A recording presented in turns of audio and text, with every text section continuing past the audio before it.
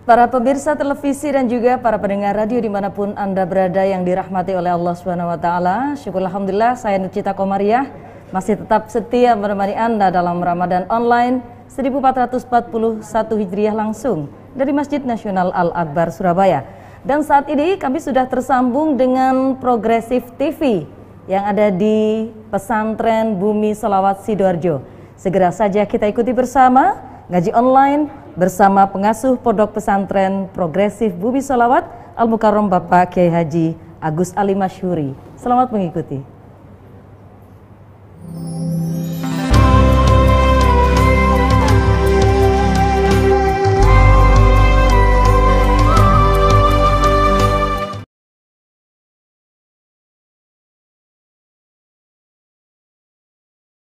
Assalamualaikum warahmatullahi wabarakatuh. Alhamdulillahilladzi binikmatihi tatimmu shalihat. Bismillahirrahmanirrahim, masyaallah. La yasukul khaira ilallah. Bismillahirrahmanirrahim, masyaallah. La yasibu su'a ilallah.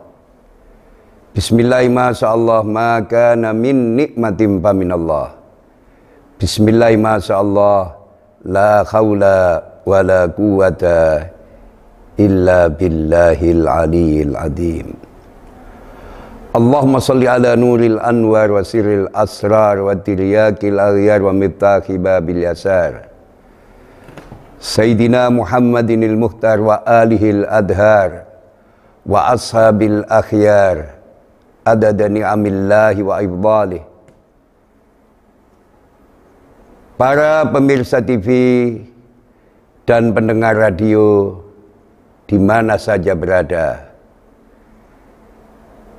kajian Ramadan di sore yang penuh berkah ini bertema psikologi tawakal.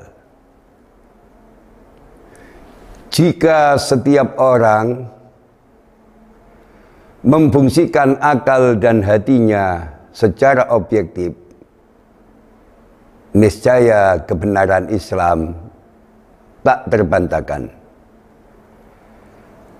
Agama akan membawa perubahan ke taraf yang lebih baik bila dipelajari, dihayati, dan diamalkan dalam praktek kehidupan sehari-hari.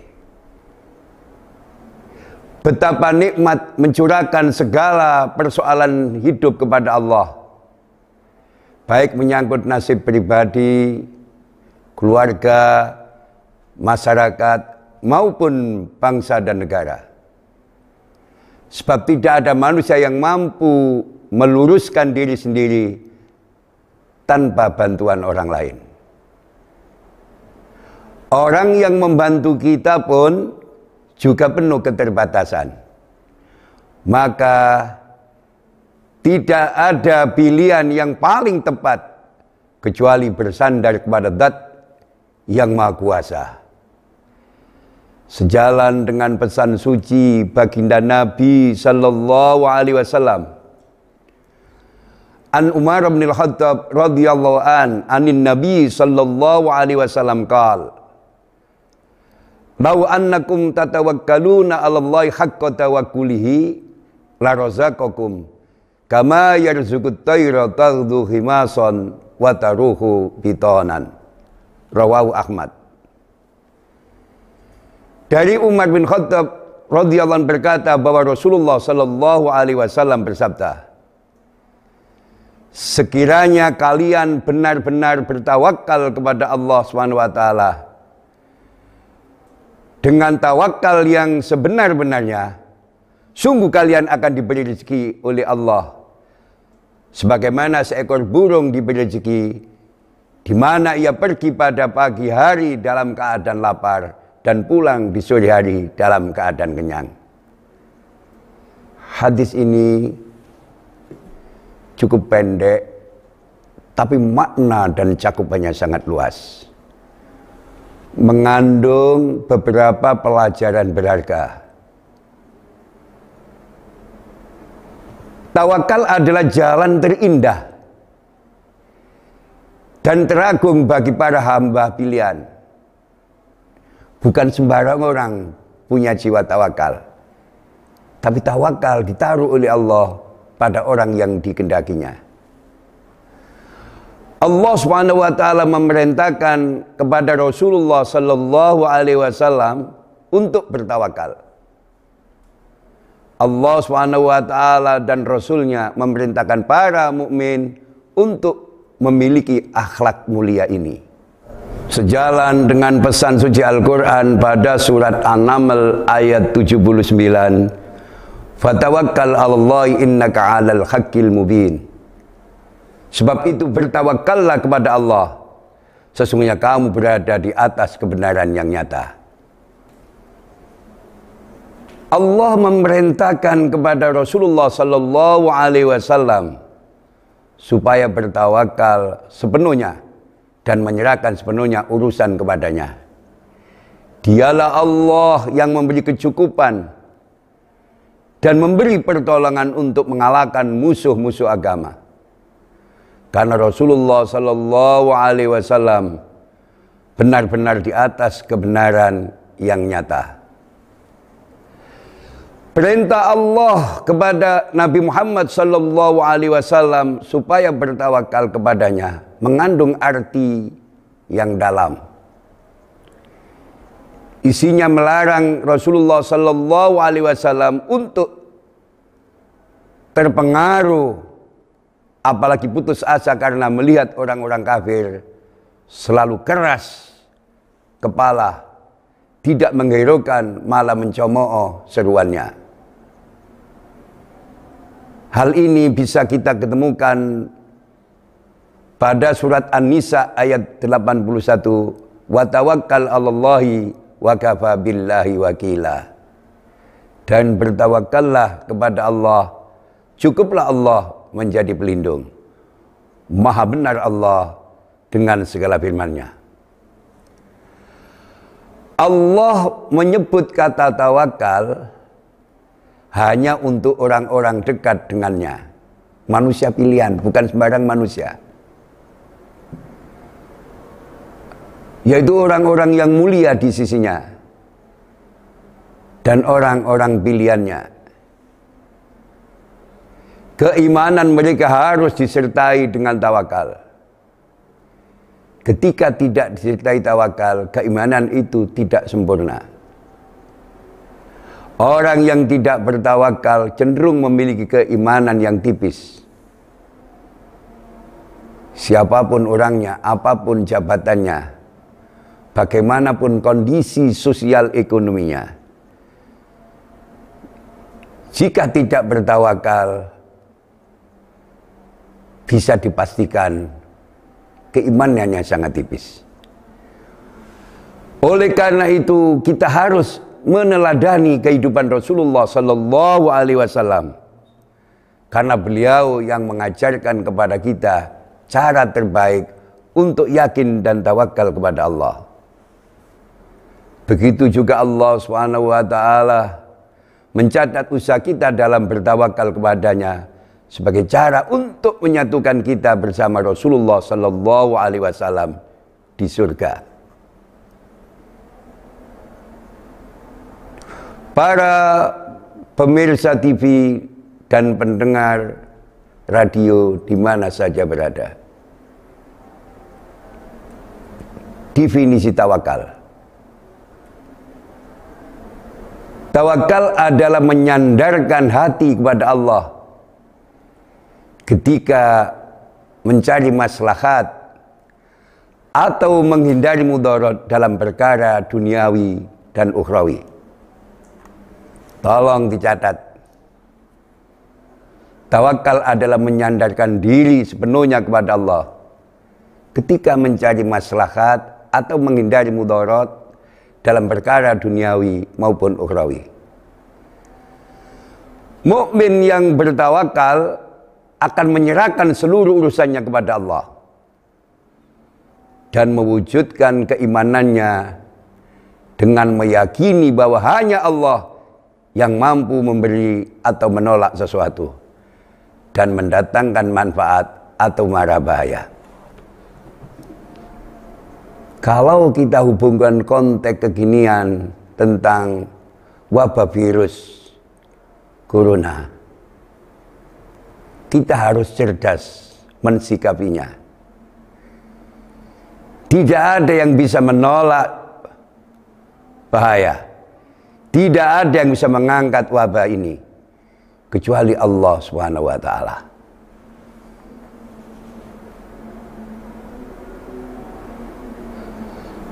Ada seorang sufi punya satu tesis. Tawakal adalah mempercayai semua yang datang dari Allah dan tidak mempercayai semua yang ada di tangan manusia. Abu Turab An-Naksabi, seorang ulama Sunni abad ke-13 Hijriah, berkata, tawakal terdiri atas 5 hal yang saling berkaitan. Semoga para pemirsa TV dan pendengar radio di mana saja berada, Allah berkenan memberikan kita semua 5 hal ini. A. Total dalam beribadah. B.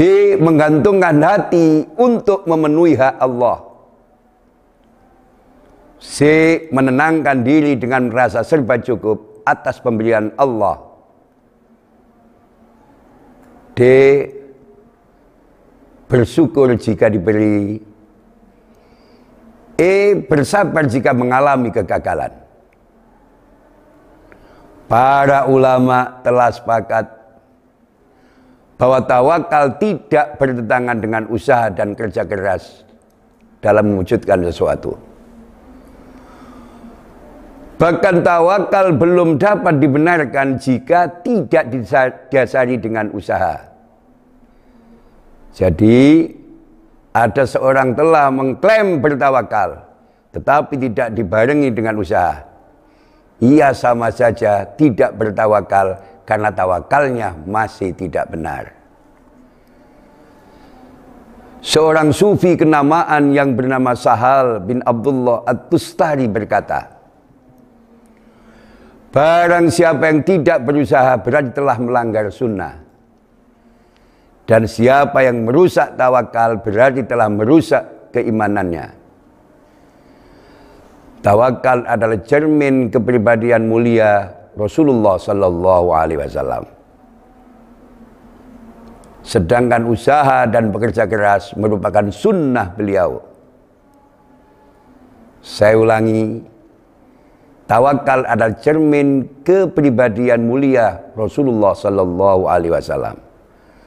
Sedangkan usaha dan bekerja keras merupakan sunnah beliau. Barang siapa yang ingin mengikuti kepribadian mulia beliau, maka tidak sepantasnya melupakan sunnah beliau. Karena tawakal kepada Allah merupakan tanda kesempurnaan iman seseorang. B. Anjuran untuk bertawakal. Seorang hamba harus bertawakal kepada Allah kapan saja, di mana saja berada, serta di setiap permasalahan hidupnya. Rasulullah Sallallahu Alaihi Wasallam mengajarkan, memerintahkan umat Islam untuk bertawakal pada setiap kesempatan. C. Para nabi dan rasul sebagai teladan sifat tawakal. Satu, Nuh alaihissalam, suri teladan kesempurnaan bertawakal. Nabi Nuh alaihissalam mengerjakan perintah Allah untuk membuat perahu besar di atas gunung yang jauh dari laut. Nabi Nuh alaihissalam meyakini bahwa selama yang mengikuti jalannya, pertolongan Allah pasti akan datang. Nabi Nuh alaihissalam memenuhi perintah untuk membuat kapal, meskipun tidak mengetahui metode membuat perahu sedikitpun.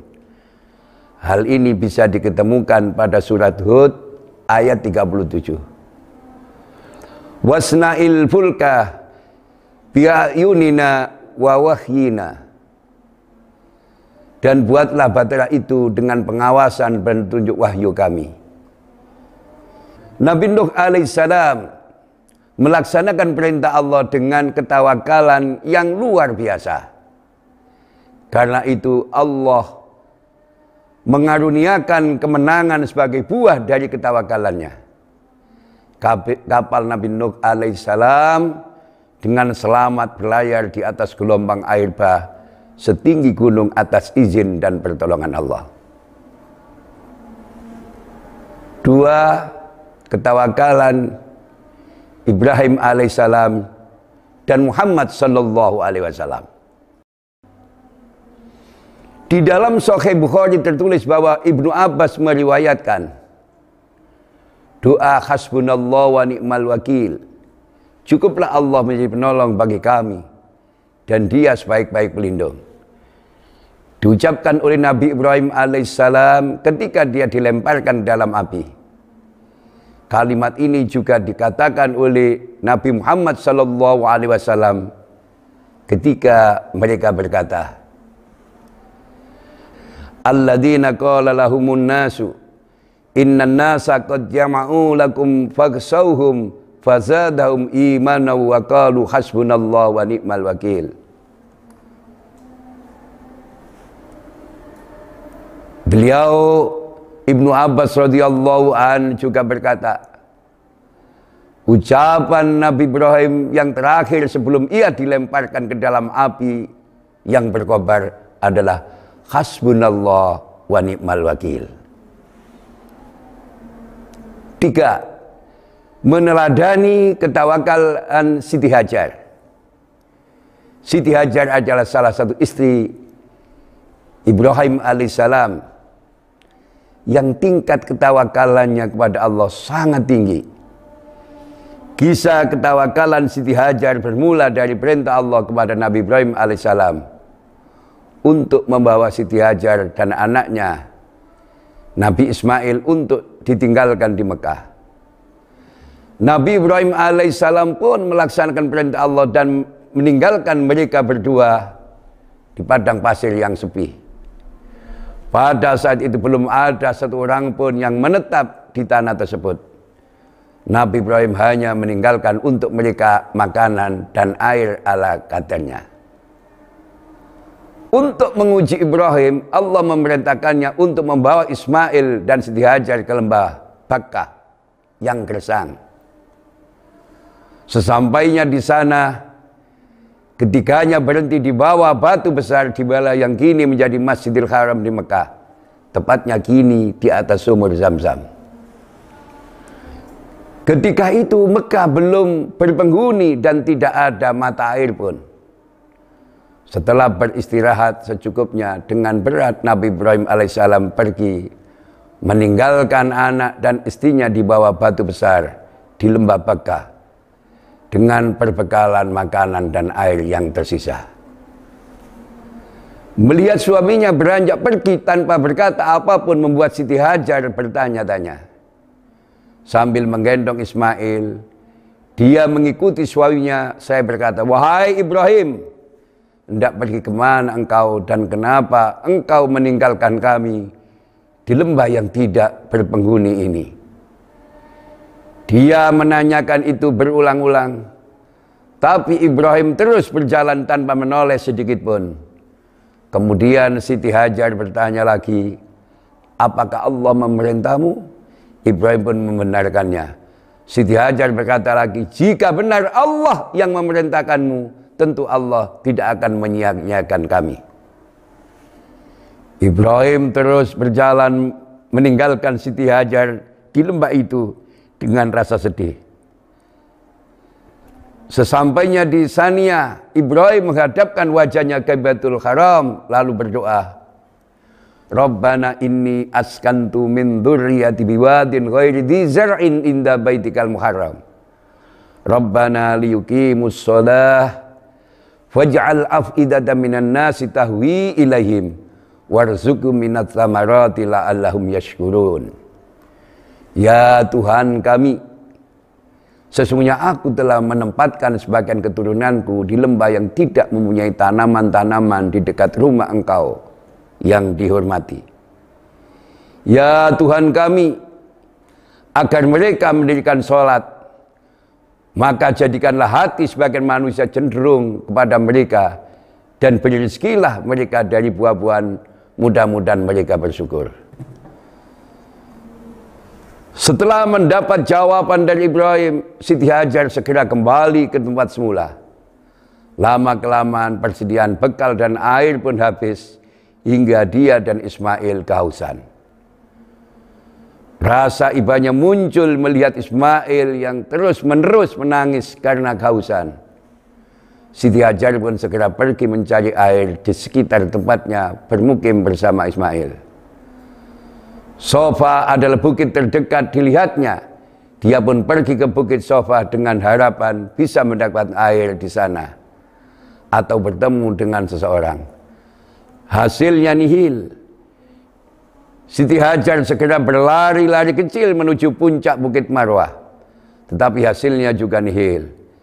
Sebanyak 7 kali Siti Hajar bolak-balik berlari kecil dari bukit Sofa ke bukit Marwah dengan harapan bisa menemukan mata air atau bertemu orang yang dapat memberinya air untuknya dan untuk Ismail.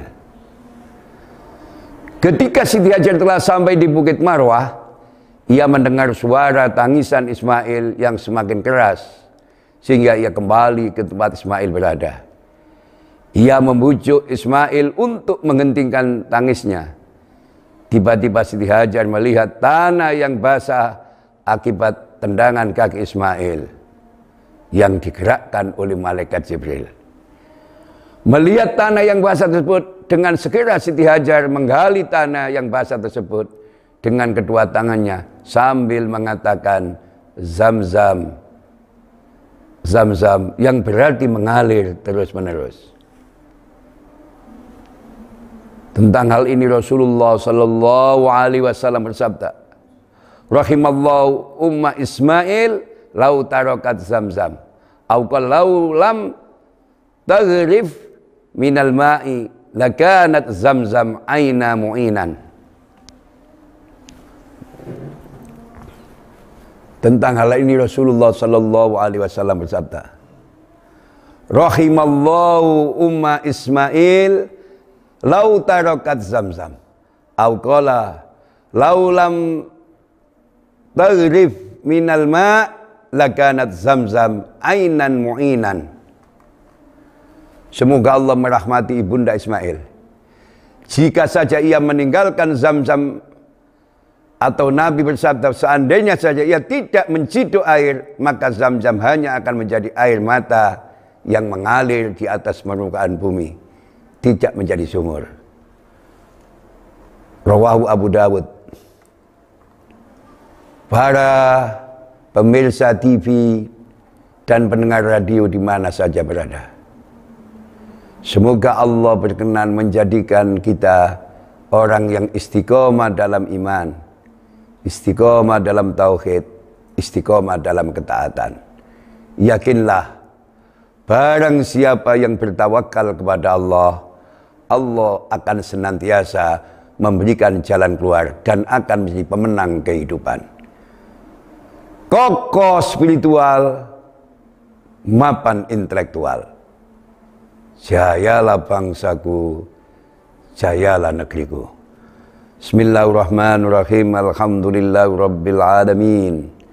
Allahumma salli wa sallim wa barik ala sayyidina wa maulana Muhammadin sajaratil asli nuraniyah wa lam'atil qabdatir rahmaniyah wa abdalil khaliqatil insaniyah wa ashabis suratil jismaniyah wa ma'dinil asrabbaniyah khazainil ulumil istifaiyah sahibil qabdatil asliyah wal bahjatis saniyah wa rutbatil aliyah manin darajatin nabiyyuna tahta liwaihi fahum minhu wa ilaihi wa salli wa sallim wa barik alaihi wa ala alihi wa sahbihi adada ma khalaqta wa razaqta wa amatta wa ahyaita ila yaumin tub'asu man afnaita salim taslima walhamdulillahi rabbil alamin. Kokoh spiritual, mapan intelektual. Wassalamualaikum warahmatullahi wabarakatuh.